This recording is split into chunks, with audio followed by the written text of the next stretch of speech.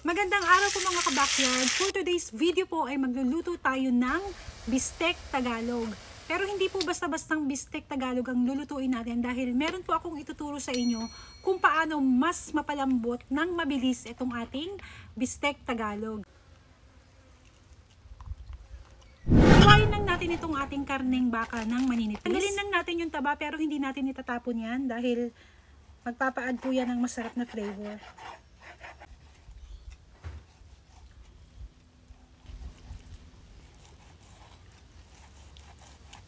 Ganito po kanipis, okay na yan. Tadtarin lang natin para matenderize po talaga itong ating baka. Masyado pong malaki ito kaya pwede nating hiwain. Ng ganito lang size lang. Yan. Ganitong size lang po, okay na yan.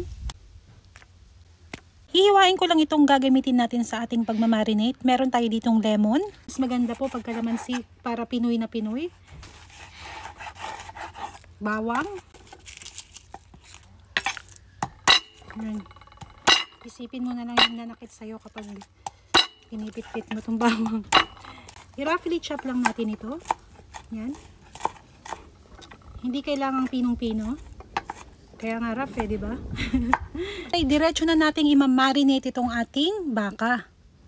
At kung nakaabot kayo sa part ng video na to, paki-comment naman po mga ka-backyard kung saan bansa kayo nakatira para po malaman natin kung hanggang saan nakakaabot yung ating video. Pinagsama-sama ko lang lahat ng mga ingredients dito sa ating marinade.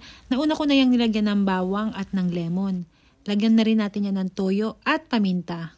Halu-haluin po natin yan ng maigi para mag-combine lahat ng mga ingredients na inilagay natin. At eto na po mga ka-backyard yung ating pinakasikreto para talagang mas mapabilis maluto itong ating bistek Tagalog, ang bicarbonated soda o bicarb soda. Kapag lagyan nyo po yan ng baking soda ay makasisiguro talaga kayong mas lalambot at mas bibilis ang pagpapalambot dito sa inyong karne. Ayan po, iset aside lang po muna natin itong ating baka. Habang nagmamarinate po yung ating baka, maghihiwa na po tayo ng ibang mga ingredients na kakailanganin natin para dito sa ating bistek Tagalog. Ayan. Meron tayo ditong pulang sibuyas. Hihiwain lang natin itong ating sibuyas ng pabilog. Ayan, ito po yung ating sibuyas. Makalipas po ang isang oras, ito na po yung itsura ng ating na-marinate na baka. Ayan well marinated na po ito at pwede na nating simulan ng pagluluto ng ating bistek Tagalog.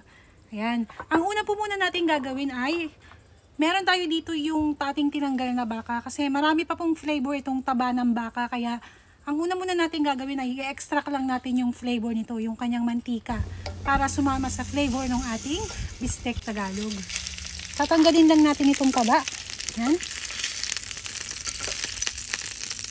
At sunod ay ipapan fry lang natin itong ating sibuyas. At kung hindi nyo pa po nalalike yung aking bagong Facebook page, paki-hit lang po yung like at follow para po ma-update kayo kapag nag-upload ako ng bagong video. Saglit lang po natin itong lutuing sibuyas. I-set aside na po muna natin ito.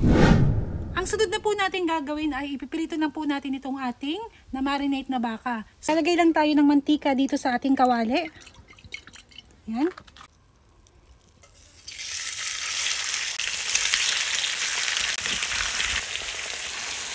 At prituhin lang natin itong ating baka ng mabilisan. 1 minuto lang po bawat side, high heat para hindi po mag-stew yung ating baka.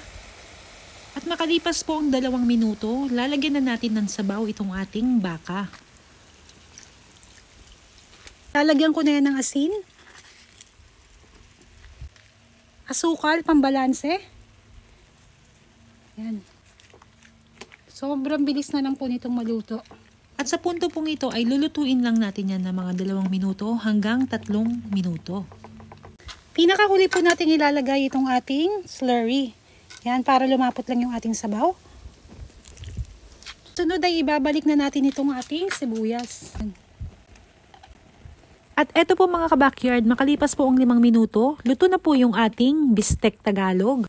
Kung kayo po ay natatakam na dito sa ating inilutong bistek Tagalog, paki-comment naman po mga ka-backyard at paki-share na rin itong ating video.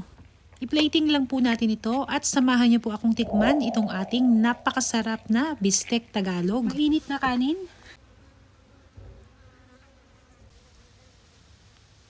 Yan o, yung ating bistek Tagalog. Ito po mga ka-backyard, luto na po yung ating mabilisang pagluluto ng bistek Tagalog. Ito po, tikman na po natin ito. Ayan o, kanina pa ako naglalaway dito eh. Tingnan po natin kung lumambot nga ito sa maiksing time ng pagluluto natin.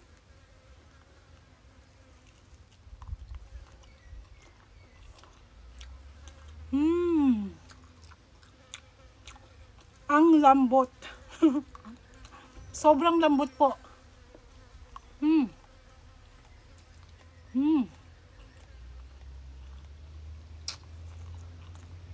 Sibuyas.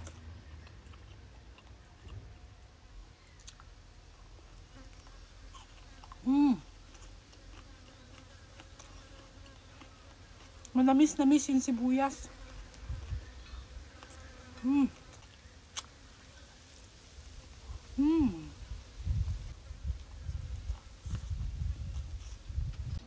Ang sarap ng bistek Tagalog.